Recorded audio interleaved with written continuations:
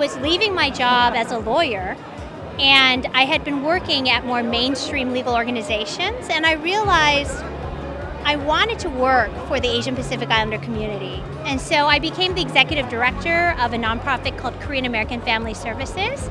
And I think that was the first time I really invested in being Asian American and really appreciating what that meant and the richness of that culture. Is there a moment I fully embraced my Asianness? I guess when I joined the Asian American Club in high school, and I never thought of myself as, I didn't put an identity to myself, but when I joined the club and found a lot like-minded student body, then that was, I guess, one moment that I remember. I think it's a long process. I'm still trying to come into my own and fully embrace that side of me. But I grew up in Portland, Oregon, and I wasn't surrounded by a lot of Asian people or people that look like me. And coming to LA, especially in the industry, and seeing other creative people and so much culture and so many people around me who look like me and could inspire me, that was when I fully started to embrace it. I fully embraced my Asianness. It took me until around 15, growing up here in LA. Actually, I was born and raised in LA, that I never felt like I was a part of the community until I was around 15 and I started to meet other people who looked like me in the dance community, because I was starting in the dance business and I was a choreographer. So actually, Harry is one of the first persons that I've met. And we just got together and I started to meet others. And the projects I'm working on now are pretty much fully Asian American, right? Between Thai Cave Rescue and then new show that I just finished called The Brother Son with Michelle Yeoh. So it's all about Asian American and the experience here in the U.S. I feel really blessed to be raised by a strong Filipina mother who instilled all the values of being Asian American and being Filipina American that I embody today.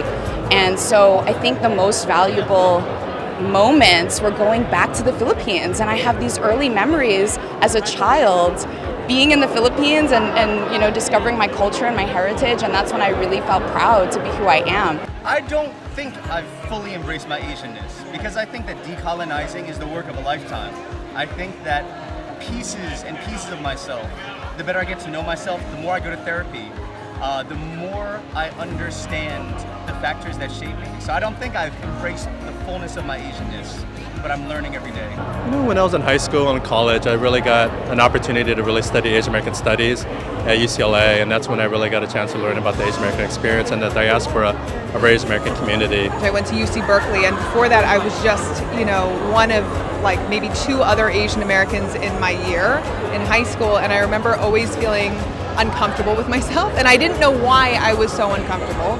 And then I go to UC Berkeley, and then there's 30 to 40% Asian Americans, and I just felt at home.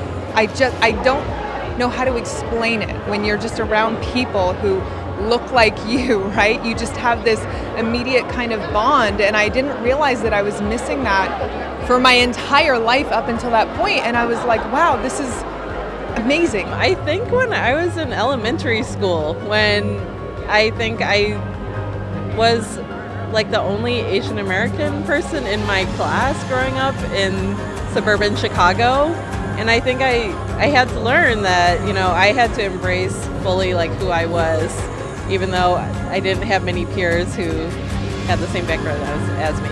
I think every moment I fully embrace my Asianness. I think I'm proud to be Asian, and also the older I get, the more I know how beautiful our culture really is. By being a stand-up comedian and starting Crazy Woke Asians. Because, I'm crazy. My husband says so.